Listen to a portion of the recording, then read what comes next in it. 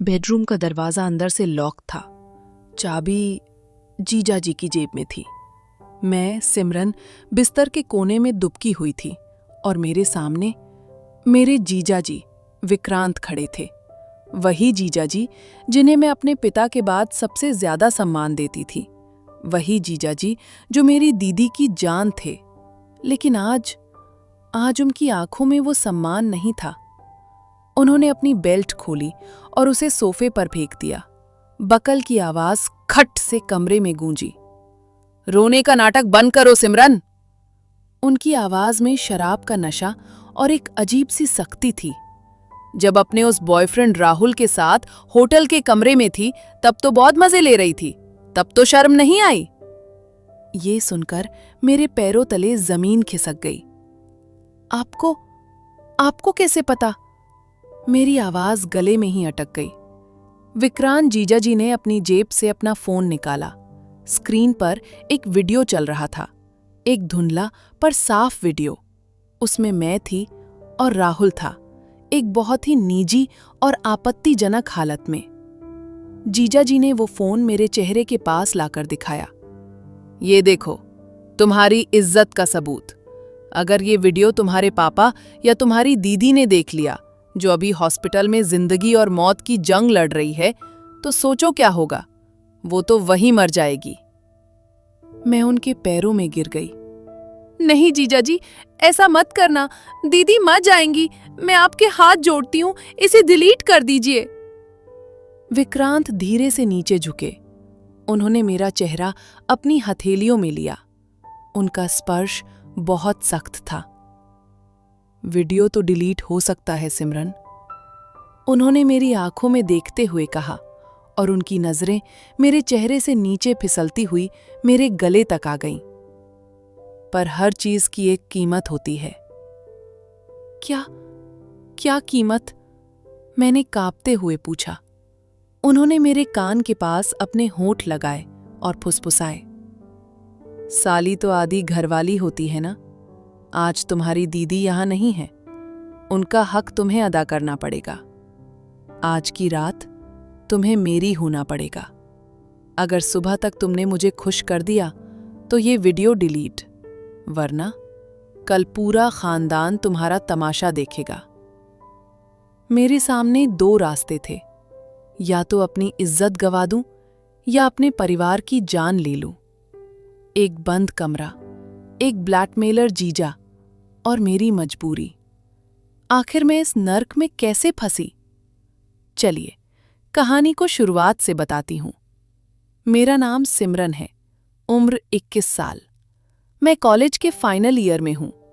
हम दो बहनें हैं। मेरी बड़ी दीदी प्रिया मुझसे 5 साल बड़ी हैं। उनकी शादी को 3 साल हो चुके थे। मेरे जीजा जी विक्रांत एक बहुत ही सुलझे हुए और हैंडसम इंसान थे। उनका अपना कपड़ों का शोरूम था। वो मुझे अपनी सगी बहन की तरह मानते थे, या कम से कम मुझे अब तक यही लगता था। दीदी प्रेग्नेंट थीं। 8वां महीना चल रहा था। घर में खुशियों का माहौल था। लेकिन उस शाम अचानक दीदी की तबीयत बिगड़ गई। उनका ब्लड प्रेशर बहुत बढ़ गया और वो बेहोश हो गईं। घर में हड़कंप मच गया। जीजा जी और मेरे मम्मी पापा उन्हें तुरंत शहर के बड़े हॉस्पिटल ले गए। डॉक्टर ने कहा कि हालत नाजुक है और उन्हें आईसीयू में रखना पड़ेगा। मैं भी हॉस्पिटल में थी। रो रोकर मेरा बुरा हाल था। रात के करीब 8 बज रहे थे। मौसम बहुत खराब हो रहा था। आसमान में काले बादल ऐसे घिराए थे जैसे कोई बहुत बड़ा अपशकुन होने वाला हो। जीजा जी मेरे पास आए। उनके चेहरे पर तनाव था। सिमरन, उन्होंने कहा, डॉक्टर ने कहा है कि आज की रात बहुत क्रिटिकल है। मैं और तुम्हारे मम्मी पापा यहीं हॉस्पिटल में रुकेंगे, पर घर पर ताला लगा है, वहां कैश रखा है और दीदी की कुछ जरूरी रिपोर्ट्स भी घर पर ही छूट गई हैं। अगर इमरजेंसी में जरूरत पड़ी तो दिक्कत हो जाएगी। तो मैं क्या करूं जीजा जी? तुम घर जाओ, घर पर रुको, मैं तुम्हें चाबी देता हूं। अगर मुझे किसी चीज की जरूरत होगी तो मैं फोन करूंगा। और वैसे भी यहाँ भीड़ भाड़ में तुम कब तक खड़ी रहोगी? घर जाकर आराम करो और खाना बना लेना, शायद सुबह हम में से कोई आए। मुझे उनकी बात सही लगी। मम्मी पापा भी परेशान थे। मैं उन पर बोझ नहीं बनना चाहती थी। मैंने चाबी ली। ठीक है जीजा जी, मैं चलती हूँ। मैं हॉस्पिटल से निकली और कैब लेकर जीजा जी के घर की तरफ चल दी। रास्ते में बारिश शुरू हो गई और बारिश भी ऐसी कि कुछ ही मिनटों में सड़कों पर पानी भर गया। जब मैं जीजा जी के घर शांति विला पहुंची तो रात के 9 बज चुके थे। वो एक 2 मंजिला बड़ा घर था। मोहल्ला थोड़ा पॉश था, इसलिए सड़कें सुनसान थीं। मैंने ताला खोला और अंदर गई। घर में घुप अंधेरा था।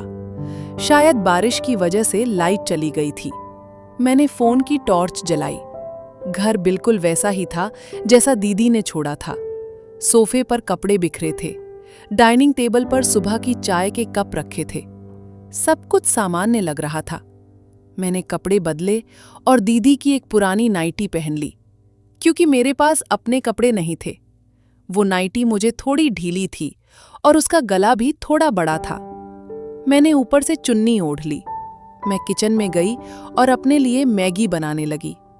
तभी बाहर गेट पर किसी गाड़ी के रुकने की आवाज आई। मैंने खिड़की से झांका। जीजा जी की कार थी। मैं हैरान हुई। जीजा जी तो हॉस्पिटल में रुकने वाले थे। वो यहाँ क्या कर रहे हैं? क्या दीदी ठीक है या कुछ बुरा हो गया? मेरा दिल जोर जोर से धड़कने लगा। मैं दौड़कर मेन गेट पर गई और दरवाजा खोला। सामने विक्रांत जीजा जी खड़े थे। वो पूरी तरह भीगे हुए थे। उनके बाल माथे पर चिपके थे। उनकी सफेद शर्ट बारिश के पानी से पारदर्शी हो गई थी। लेकिन जिस चीज ने मुझे सबसे ज्यादा डराया वो थी उनके खड़े होने का तरीका। वो लड़खड़ा रहे थे और उनसे शराब की बहुत तेज बदबू आ रही थी। जीजा जी, आप? मैंने पूछा। दीदी कैसी हैं? उन्होंने कोई जवाब नहीं दिया। वो बस मुझे देखते रहे, ऊपर से नीचे तक। टॉर्च की रोशनी में मैंने उनकी आंखों में देखा। उन आंखों में आज वो फिक्र नहीं थी जो हॉस्पिटल में थी। उन आंखों में एक अजीब सी चमक थी। एक ऐसी चमक जो मैंने अक्सर सड़क चलते आवारा लड़कों की आंखों में देखी थी, पर अपने जीजा जी की आंखों में कभी नहीं। अरे सिमरन, उन्होंने लड़खड़ाते हुए कहा और एक अजीब सी मुस्कान दी। दीदी ठीक हैं, तुम अपनी फिक्र करो। वो मुझे लगभग धक्का देते हुए अंदर घुसाए। दरवाजा बंद कर दो, हवा आ रही है, उन्होंने हुक्म दिया। मैंने डरते डरते दरवाजा बंद किया और कुंडी लगा दी। यही मेरी सबसे बड़ी गलती थी। मैंने शेर के साथ खुद को पिंजरे में बंद कर लिया था। जीजा जी सीधे सोफे पर जाकर गिर गए। उन्होंने अपने जूते उतारे और मोजे वहीं फेंक दिए। पानी लाओ, उन्होंने कहा। मैं किचन में गई। मेरे हाथ कांप रहे थे। जीजा जी ने शराब पी रखी है। उन्होंने तो आज तक कभी हमारे सामने नहीं पी, और वो भी तब जब दीदी हॉस्पिटल में है। ये सब क्या हो रहा है? मैं पानी का गिलास लेकर लौटी। वो अपनी शर्ट के बटन खोल रहे थे। गर्मी लग रही है, वो बड़बड़ाए। मैंने गिलास मेज पर रखा और दूर खड़ी हो गई। जीजा जी, आपको हॉस्पिटल नहीं जाना चाहिए? मैंने हिम्मत करके पूछा। क्यों? उन्होंने एकदम से सिर उठाकर मुझे देखा। वहां तो तुम्हारे माँ बाप है ना सेवा करने को। मैं थक गया हूं, मुझे आराम चाहिए। और वैसे भी। वो उठे और मेरी तरफ एक कदम बढ़ाया। जब घर में इतनी खूबसूरत साली हो तो कोई आदमी बाहर क्यों जाए? ये सुनकर मेरे रोंगटे खड़े हो गए। ये वो क्या बोल रहे थे? जीजा जी, आपको नशा हो गया है, आप सो जाइए, मैं अपने कमरे में जा रही हूं। मैं पीछे हटी। रुको! उनकी आवाज ने मुझे वहीं जमा दिया। मेरे सिर में बहुत दर्द है और पैरों में भी। दिन भर भागा दौड़ी की है। एक काम करो, थोड़ा तेल लेकर आओ और मेरे सिर की मालिश कर दो। मैं? हाँ तुम, क्यों? अपनी दीदी के लिए इतना नहीं कर सकती? उनका पति हूं मैं। अगर मुझे कुछ हो गया तो तुम्हारी दीदी का क्या होगा? उन्होंने दीदी का नाम लेकर मुझे फंसा दिया। मैं मना नहीं कर पाई। मैं तेल लेकर आई। वो सोफे पर बैठे थे। मैं उनके पीछे खड़ी हो गई और उनके सिर में तेल लगाने लगी। कमरे में इन्वर्टर की मध्यम रोशनी थी। बाहर बारिश का शोर था। मालिश करते वक्त मुझे महसूस हो रहा था कि वो जानबूझकर अपना सिर पीछे मेरी तरफ झुका रहे हैं। उनका सिर मेरे पेट से टकरा रहा था। मैं बार बार पीछे हटती, पर वो फिर पीछे हो जाते। अरे ठीक से करो ना, डर क्यों रही हो? मैं कोई खा थोड़ी जाऊंगा तुम्हें। वो हंसे। फिर उन्होंने मेरा हाथ पकड़ लिया। तुम्हारा हाथ कितना कोमल है सिमरन, उन्होंने अपनी आंखें बंद करके कहा। प्रिया के हाथ तो अब रफ हो गए हैं घर का काम कर करके, पर तुम तो बिल्कुल मलाई जैसी हो। मेरे बदन में एक सिहरन दौड़ गई, डर और घिन की। मैंने झटके से अपना हाथ खींचा। हो गया जीजा जी, अब आप आराम कीजिए। मैं जाने के लिए मुड़ी। अरे सुनो तो, क्या है? अब मेरी आवाज में डर की जगह थोड़ा गुस्सा भी आ गया था। भूख लगी है, कुछ बना दो। दीदी होती तो भूखा नहीं रखती। फिर से दीदी का नाम। मैं किचन में गई। मैं मैगी बना रही थी, पर मेरा ध्यान हॉल में था। मुझे लग रहा था कि वो किसी भी पल यहां आ सकते हैं, और मेरा डर सही साबित हुआ। मैं गैस के पास खड़ी थी। तभी मुझे अपनी गर्दन पर किसी की गर्म सांसें महसूस हुईं। मैं पलटी। जीजा जी मेरे बिल्कुल ठीक पीछे खड़े थे, इतना करीब कि हमारी नाक टकराने वाली थी। मैं चीखने वाली थी, पर उन्होंने मेरा मुंह बंद कर दिया। श्श, चिल्लाओ मत, पड़ोसी क्या सोचेंगे। उनकी आंखों में अब नशा नहीं था। एक बहुत ही शातिर और गंदी नीयत साफ दिख रही थी। खुशबू बहुत अच्छी आ रही है, उन्होंने कहा। मैगी की? मैंने हकलाते हुए पूछा। नहीं। वो मेरी गर्दन के पास झुके और एक गहरी सांस ली। तुम्हारे बदन की। लेवेंडर परफ्यूम लगाती हो ना? मुझे पता है।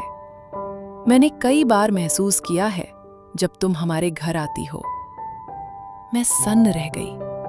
वो मुझे कब से नोटिस कर रहे थे? मैं उन्हें धक्का देकर किचन से बाहर भागी। मुझे घर जाना है, मैं यहां नहीं रुकूंगी। मैं हॉल की तरफ भागी। मैं दरवाजे तक पहुंची और कुंडी खोलने लगी। तभी पीछे से एक भारी हाथ आया और उसने दरवाजे को दोबारा जोर से बंद कर दिया। जीजा जी ने अपने दोनों हाथ मेरे दोनों तरफ दरवाजे पर रख दिए। उन्होंने मुझे दरवाजे और अपने बीच में कैद कर लिया। दोस्तों, एक लड़की के लिए इससे डरावना पल कोई नहीं हो सकता जब उसका अपना ही रक्षक उसका भक्षक बन जाए। घर में कोई नहीं था, बाहर तूफान था, और मैं एक ऐसे इंसान के साथ कैद थी जिसे मैं भाई मानती थी। क्या आप मेरी उस वक्त की घबराहट को महसूस कर पा रहे हैं? अगर हाँ, तो प्लीज इस वीडियो को अभी लाइक कर दीजिए। कहाँ जा रही हो सिमरन? उन्होंने बहुत ही ठंडी आवाज में पूछा। अभी तो पार्टी शुरू हुई है। जीजा जी हटिए, वरना मैं पापा को फोन कर दूंगी, मैंने धमकी दी। वो हंसे। पापा को करो फोन, और क्या बोलोगी कि जीजा जी बदतमीजी कर रहे हैं? वो मानेंगे? मैं दामाद हूं उनका। वो सोचेंगे तुम्हें कोई गलतफहमी हुई है, और उल्टा तुम्हें ही डांटेंगे कि रात को तमाशा मत करो। वो सच कह रहे थे। हमारे समाज में दामाद भगवान होता है। लेकिन उन्होंने अपनी बात जारी रखी। अगर मैंने पापा को फोन किया तो वो मेरी बात जरूर मानेंगे। क्या कहेंगे आप? मैं कुछ कहूंगा नहीं, मैं बस उन्हें एक चीज दिखाऊंगा। वो पीछे हटे। उन्होंने अपनी जेब से फोन निकाला। चलो बेडरूम में चलो, तुम्हें कुछ दिखाना है। मैं कहीं नहीं जा रही। जाना तो पड़ेगा सिमरन, वरना ये चीज तुम्हारे पापा के साथ साथ राहुल के पापा के पास भी जाएगी। राहुल का नाम सुनते ही मेरा दिल धक से रह गया। राहुल मेरा बॉयफ्रेंड था, जिसके बारे में घर में किसी को नहीं पता था। हम छिप छिप कर मिलते थे। जीजाजी को राहुल के बारे में कैसे पता चला? मैं मंत्रमुग्ध सी उनके पीछे पीछे बेडरूम में गई। बेडरूम में उन्होंने लाइट नहीं जलाई, सिर्फ एक नाइट लैंप जल रहा था। उन्होंने दरवाजा लॉक किया और चाबी अपनी जेब में डाल ली। बैठो, उन्होंने बिस्तर की तरफ इशारा किया। मैं कोने में खड़ी रही। मैंने कहा बैठो, उन्होंने चिल्लाकर कहा। मैं डर के मारे बिस्तर के किनारे पर बैठ गई। उन्होंने अपना फोन अनलॉक किया और मेरे सामने कर दिया। देखो इसे, गौर से देखो। मैंने स्क्रीन पर देखा और जो मैंने देखा उसने मेरी दुनिया उजाड़ दी। वो एक वीडियो था। उस वीडियो में मैं थी और राहुल था। हम एक होटल के कमरे में थे। वो राहुल का जन्मदिन था। हम वहां केक काटने गए थे, लेकिन हम बहक गए थे। उस वीडियो में हम दोनों बहुत ही आपत्तिजनक हालत में थे। हम एक दूसरे को किस कर रहे थे और मेरे कपड़े अस्त व्यस्त थे। मुझे याद आया, उस दिन राहुल ने कहा था कि चलो एक वीडियो बनाते हैं यादों के लिए। मैंने मना किया था, पर वो माना नहीं। उसने कहा था कि वो इसे किसी को नहीं दिखाएगा। तो फिर ये वीडियो जीजाजी के पास कैसे आया? ये आपके पास? मेरे मुंह से आवाज नहीं निकल रही थी। जीजाजी मुस्कुराए। तुम्हारे उस आशिक राहुल ने भेजा है मुझे। नहीं नहीं, मुझे नहीं, उसने अपने दोस्तों के ग्रुप में भेजा था, शेखी बघारने के लिए कि देखो मैंने सिमरन को कैसे फंसाया। इत्तेफाक से उस ग्रुप में मेरा एक दोस्त भी था। उसने मुझे भेजा। नहीं, राहुल ऐसा नहीं कर सकता। मैं रो पड़ी। वो मुझसे प्यार करता है। प्यार? जीजाजी जोर से हंसे। अरे पगली, लड़के ऐसे ही होते हैं। काम निकला और वीडियो वायरल। वो तो तुम्हें बदनाम कर रहा है पूरे शहर में। मैं टूट गई। जिस राहुल पर मैंने इतना भरोसा किया, उसने मेरी इज्जत का तमाशा बना दिया। अब सोचो सिमरन, जीजाजी ने गंभीर होकर कहा, अगर ये वीडियो तुम्हारे पापा ने देख लिया तो उनका तो हार्ट फेल हो जाएगा, और तुम्हारी दीदी, वो तो हॉस्पिटल में ही मर जाएगी। तुम्हारी एक गलती पूरे परिवार को खत्म कर देगी। मैं उनके पैरों में गिर गई। जीजाजी, मुझे बचा लीजिए। प्लीज ये वीडियो डिलीट कर दीजिए। मैं मर जाऊंगा। पापा को मत बताना। जीजाजी ने मुझे कंधों से पकड़कर उठाया। मैं तुम्हें बचा सकता हूँ सिमरन। मैं इस वीडियो को फैलने से रोक सकता हूँ। मैं राहुल का मुंह भी बंद करवा सकता हूँ। लेकिन क्या? मैं कुछ भी करूंगी जीजाजी, बस मेरी इज्जत बचा लीजिए। यही वो पल था जिसका वो इंतजार कर रहे थे। उन्होंने मुझे बिस्तर पर धक्का दिया। मैं गिर पड़ी। वो मेरे ऊपर झुके। उनकी आंखों में वही शैतानी चमक वापस आ गई थी। कुछ भी करोगी? उन्होंने पूछा। हाँ, कुछ भी। उन्होंने धीरे से मेरा पल्लू मेरे कंधे से हटा दिया। तो फिर आज रात मुझे खुश कर दो। मैं सन्न रह गई। क्या? तुमने सुना मैंने क्या कहा? देखो सिमरन, तुम कोई दूध की दूली तो हो नहीं। राहुल के साथ सब कुछ कर चुकी हो, तो जीजा से क्या परहेज? मैं तो घर का आदमी हूं, बात घर में ही रहेगी। छी, आप कितने घटिया हैं। आप मेरी दीदी के पति हैं। उनके चेहरे पर गुस्सा आ गया। उन्होंने मेरा जबड़ा पकड़कर दबाया। दीदी दीदी दीदी की रट लगा रखी है। वो तो हॉस्पिटल में पड़ी है। यहां मैं हूं और तुम हो, और ये वीडियो है। सौदा सीधा है सिमरन, एक रात मेरे नाम, और ये वीडियो हमेशा के लिए डिलीट। सुबह तुम अपने घर, मैं अपने घर, किसी को कुछ पता नहीं चलेगा। लेकिन अगर तुमने ना कहा, उन्होंने फोन पर सेंड बटन पर उंगली रखी, तो ये वीडियो अभी के अभी तुम्हारे पापा के पास जाएगा। बोलो, क्या मंजूर है? मैं बुरी तरह रो रही थी। मेरे पास कोई रास्ता नहीं बचा था। अगर मैं ना कहती हूं तो पापा मर जाएंगे, अगर हाँ कहती हूं तो मेरी आत्मा मर जाएगी। जीजा जी ने अपनी शर्ट उतार दी। वक्त बहुत कम है सिमरन, फैसला करो। वो बिस्तर पर मेरे करीब आने लगे। मैं पीछे खिसकती गई, दीवार से सट गई। उन्होंने लाइट बंद कर दी। अब कमरे में सिर्फ अंधेरा था और उनकी डरावनी परछाई। आ जाओ। उन्होंने मेरा टखना पकड़ लिया और मुझे अपनी तरफ खींचा। नहीं! मैं चीखी, लेकिन मेरी चीख सुनने वाला वहां कोई नहीं था। मुझे लगा कि आज मेरी इज्जत और मेरी जिंदगी दोनों खत्म होने वाली हैं। लेकिन उस बंद कमरे में अगले 15 मिनट में जो होने वाला था वो मेरी सोच से भी परे था। वो सच्चाई जो मेरे पैरों तले से जमीन खींचने वाली थी। विक्रांत जीजा जी ने मेरा पैर पकड़ रखा था। उनकी पकड़ लोहे की जंजीर जैसी सख्त थी। मैं छटपटा रही थी, मैं चीख रही थी, छोड़िए मुझे, दूर रहिए मुझसे, आप मेरे जीजा हैं, भगवान के लिए ऐसा मत कीजिए। लेकिन उन पर जैसे कोई जुनून सवार था। उन्होंने एक झटके से मुझे बिस्तर के बीच में खींच लिया। मैं अपनी पूरी ताकत लगाकर उनसे लड़ रही थी। मेरे हाथ पैर चल रहे थे, मेरे नाखून उनके हाथों पर गड़ रहे थे, लेकिन वो रुक नहीं रहे थे। वो मेरे ऊपर झुक गए। उनका भारी शरीर मुझे दबा रहा था। उनकी शराब की बदबूदार सांसें मेरे चेहरे पर लग रही थीं। मुझे लगा मेरा दम घुट जाएगा। उन्होंने मेरे दोनों हाथ पकड़कर बिस्तर पर टीका दिए। अब मैं हिल भी नहीं सकती थी। सिमरन, उन्होंने गुर्राते हुए कहा, तड़पना बंद करो। मैंने कहा था ना, प्यार से मान जाओगी तो बात यहीं खत्म हो जाएगी, वरना ये वीडियो अभी सेंड हो जाएगा। नहीं!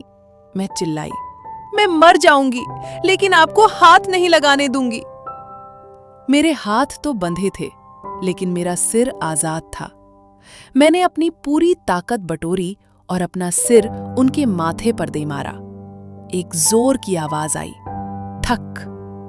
उन्हें शायद इसकी उम्मीद नहीं थी। वो दर्द से कराह उठे और उनकी पकड़ थोड़ी ढीली पड़ गई। यही मेरा मौका था। मैं सांप की तरह फिसलकर उनके नीचे से निकली और बिस्तर से नीचे कूद गई। अंधेरे में मुझे कुछ दिखाई नहीं दे रहा था। मैं लड़खड़ाते हुए दीवार की तरफ भागी।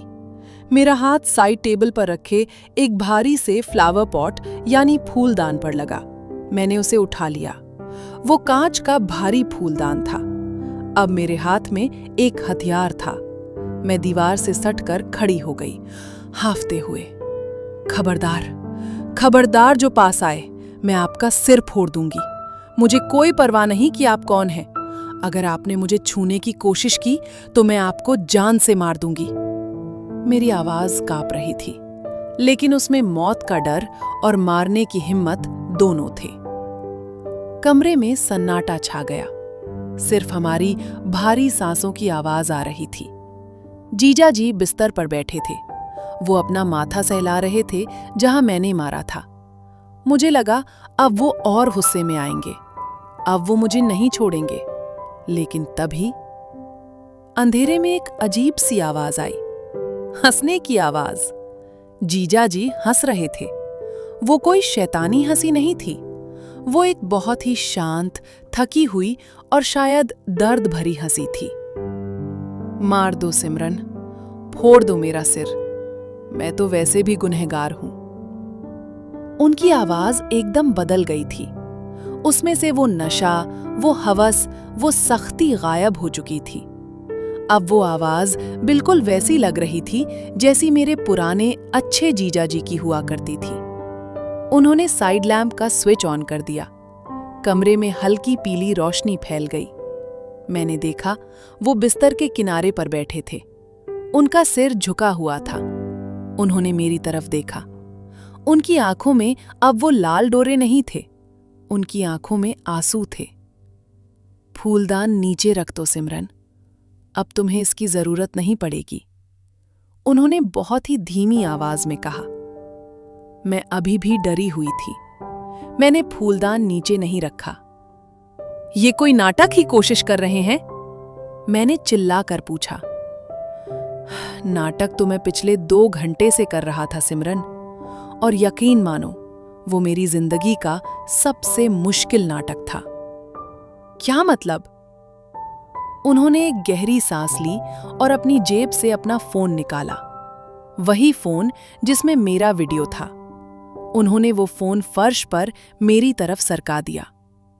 ये लो, डिलीट कर दो इसे, और जिसे चाहो उसे फोन कर लो, पुलिस को, अपने पापा को। मैं तुम्हें नहीं रोकूंगा। मैं हैरान रह गई। एक पल पहले जो इंसान जानवर बना हुआ था, वो अब हथियार डाल चुका था। मैंने झपट कर फोन उठाया। मेरी उंगलियां कांप रही थीं। मैंने तुरंत वो वीडियो डिलीट कर दिया और फिर डिलीट फोल्डर से भी उसे हमेशा के लिए मिटा दिया। मेरी जान में जान आई।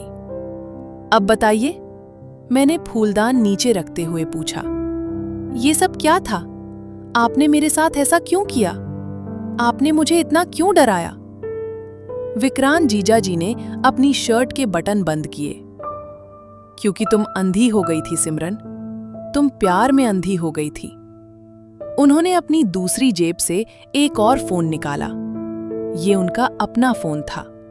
वो वीडियो मैंने नहीं बनाया था सिमरन, और ना ही वो मुझे मेरे किसी दोस्त ने भेजा था।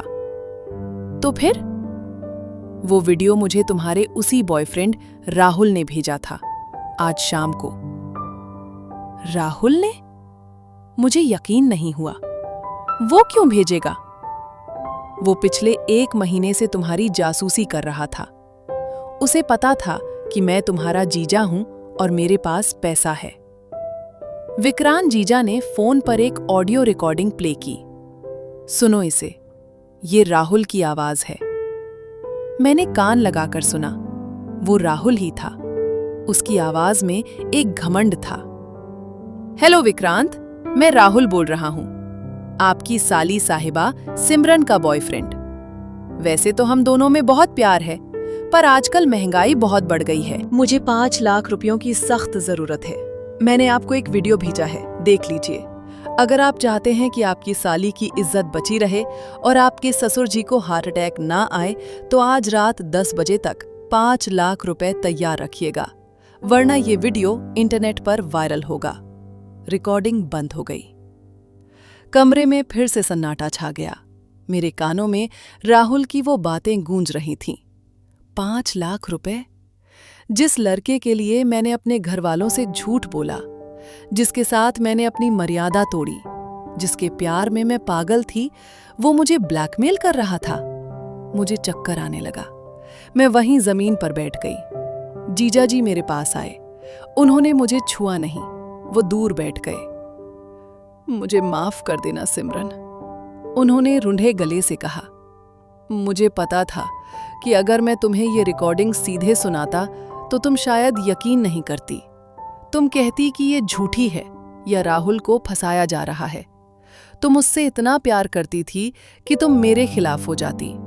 मुझे तुम्हें ये एहसास दिलाना था कि जब कोई मर्द, चाहे वो तुम्हारा अपना ही क्यों ना हो, तुम्हारी इज्जत पर हाथ डालता है तो कितना दर्द होता है। मुझे तुम्हें ये दिखाना था कि जिस वीडियो को तुम प्यार की निशानी समझ रही थी, वो असल में तुम्हारी बर्बादी का हथियार था। तो आपने वो शराब, वो बदतमीजी, वो सब नाटक था? मैंने रोते हुए पूछा। हाँ, मैंने शराब नहीं पी थी। मैंने बस अपने कपड़ों पर थोड़ी शराब छिड़की थी ताकि बदबू आए। मुझे तुम्हें डराना था, इतना डराना था कि तुम जिंदगी में दोबारा कभी किसी लड़के पर आंख बंद करके भरोसा ना करो। मैं चाहती थी कि मैं उन पर चिल्लाऊं, पर मेरे गले से आवाज नहीं निकल रही थी। उनका तरीका बहुत गलत था, बहुत क्रूर था, पर उनकी नीयत, उन्होंने मुझे बचाया था। अगर वो राहुल को पैसे दे देते और मुझे ना बताते तो राहुल फिर पैसे मांगता। अगर वो मुझे बता देते तो शायद मैं कोई गलत कदम उठा लेती। उन्होंने विलेन बनकर मेरी इज्जत बचाई थी। लेकिन जीजा जी, मैंने सुबकते हुए कहा, अब क्या होगा? राहुल तो पैसे लेने आएगा ना? विक्रांत जीजाजी के चेहरे पर अब एक सख्त भाव आ गया। वो आ रहा है। उसे मैंने कहा था कि घर पर कोई नहीं है, तुम आ जाओ। क्या वो यहां आ रहा है? मैं डर गई। हाँ, और आज उसका हिसाब होगा। तभी नीचे डोरबेल बजी। रात के 3 बज रहे थे। वो राहुल ही था। मैं कांपने लगी। जीजाजी खड़े हो गए। सिमरन, तुम इस कमरे में रहोगी। अंदर से कुंडी लगा लो। चाहे कुछ भी हो जाए, जब तक मैं ना कहूं बाहर मत निकलना। नहीं, मुझे डर लग रहा है। डरो मत। उन्होंने मुझे बेडरूम में बंद किया और खुद नीचे चले गए। मैं दरवाजे से कान लगाकर सुनने लगी। मेरा दिल हथौड़े की तरह धड़क रहा था। नीचे का दरवाजा खुलने की आवाज आई। अरे विक्रांत सर, पैसे तैयार है ना? ये राहुल की आवाज थी। वही आवाज जिससे मैं घंटों बातें करती थी।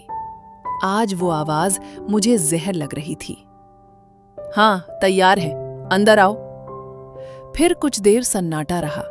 शायद वो लोग लिविंग रूम में बैठ गए थे।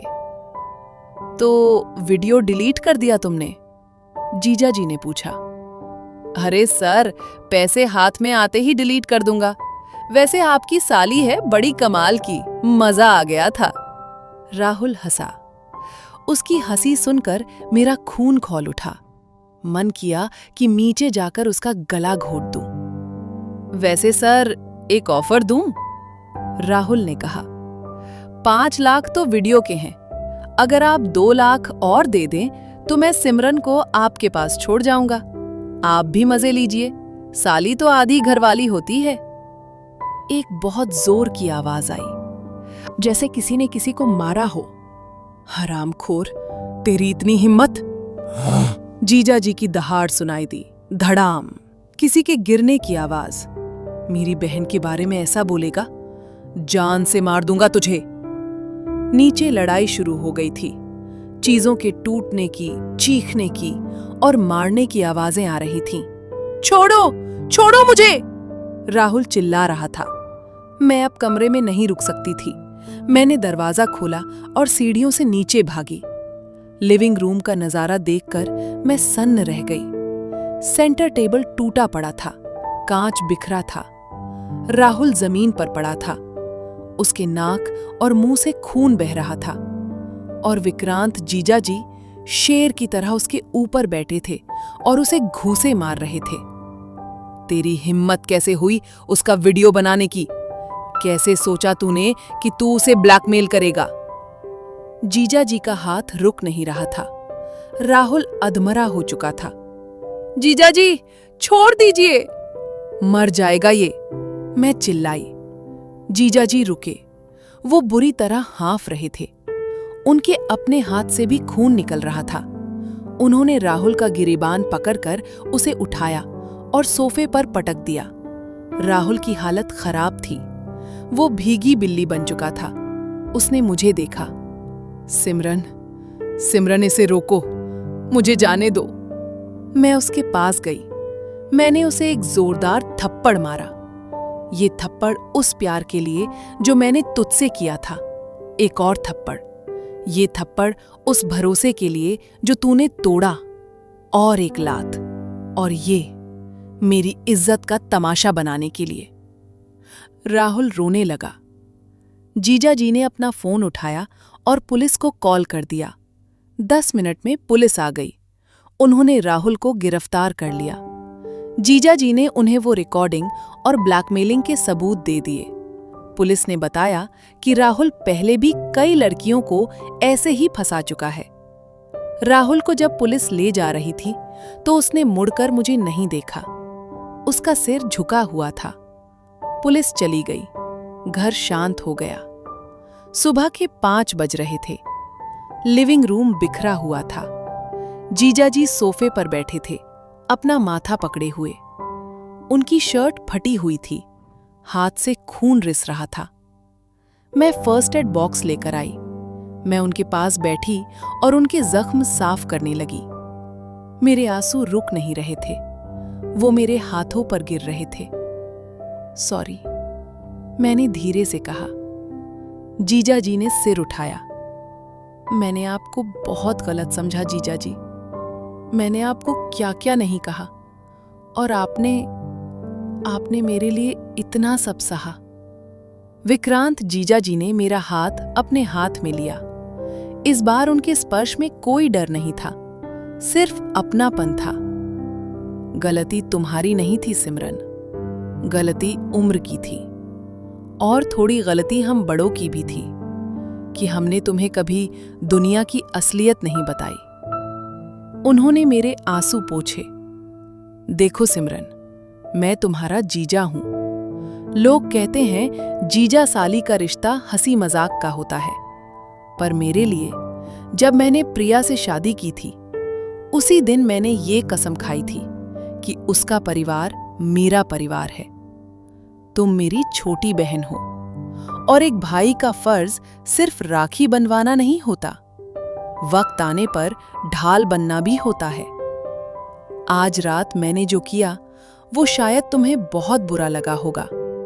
मैंने तुम्हें बहुत रुलाया, पर मेरा यकीन करो, तुम्हें उस गंदे लड़के से बचाने का मेरे पास और कोई रास्ता नहीं था। मैं फूट फूट कर रोने लगी। मैं उनके गले लग गई। आप दुनिया के सबसे अच्छे जीजा हैं। आप मेरे भाई हैं। उस सुबह जब सूरज निकला तो वो सिर्फ दिन का उजाला नहीं लाया था, वो मेरे जीवन में भी एक नया उजाला लाया था। मुझे समझ आ गया था कि असली हीरो वो नहीं होता जो फिल्मों में दिखता है या जो मीठी मीठी बातें करता है। असली हीरो वो होता है जो आपकी इज्जत के लिए दुनिया से लड़ जाए, और जरूरत पड़े तो आपसे भी लड़ जाए। 2 दिन बाद दीदी को हॉस्पिटल से छुट्टी मिल गई। घर में सब खुश थे। दीदी को उस रात के बारे में कुछ नहीं पता था। हमने उन्हें कुछ नहीं बताया। जब मैं दीदी के पास बैठी थी तो जीजा जी कमरे में आए। दीदी ने हंसते हुए कहा, अरे विक्रांत, देखो ना, सिमरन कितनी बदल गई है। पहले तो ये फोन से चिपकी रहती थी, अब तो फोन को हाथ भी नहीं लगाती, और देखो कितनी समझदार हो गई है। मैं और जीजा जी एक दूसरे को देखकर मुस्कुराए। मैंने मन ही मन भगवान का शुक्रिया अदा किया। दोस्तों, हम लड़कियां अक्सर प्यार में इतनी अंधी हो जाती हैं कि हमें सही और गलत का होश नहीं रहता। हम अपने माता पिता और परिवार को छोड़कर एक अनजान लड़के पर भरोसा कर लेते हैं। मेरी कहानी से अगर आपको एक भी सीख मिली हो तो इस वीडियो को अपनी हर उस दोस्त के साथ शेयर करना जो किसी रिलेशनशिप में है। और अगर आपको मेरे जीजा जी का तरीका सही लगा तो कमेंट्स में अपना विचार जरूर लिखें।